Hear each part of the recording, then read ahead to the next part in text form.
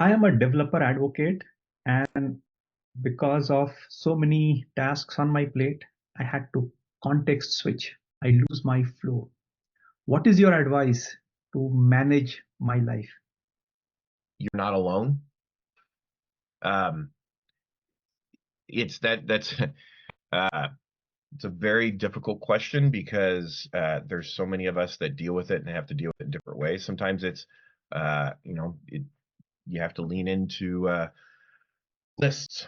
Sometimes it's you have to make use of the tools you have. Asana tracking, set timers to make sure that you take a few minutes to take a break. There's a lot of different ways. I think it definitely is like um, consult consult people you know that are also doing it, see what they do. But I think for me, it's making those lists, keeping track of the thing that I'm doing. If I need to context switch, take 5 minutes or less, even just a minute. Write down where you were at and what you were currently working on, and that way you have something you can come back to.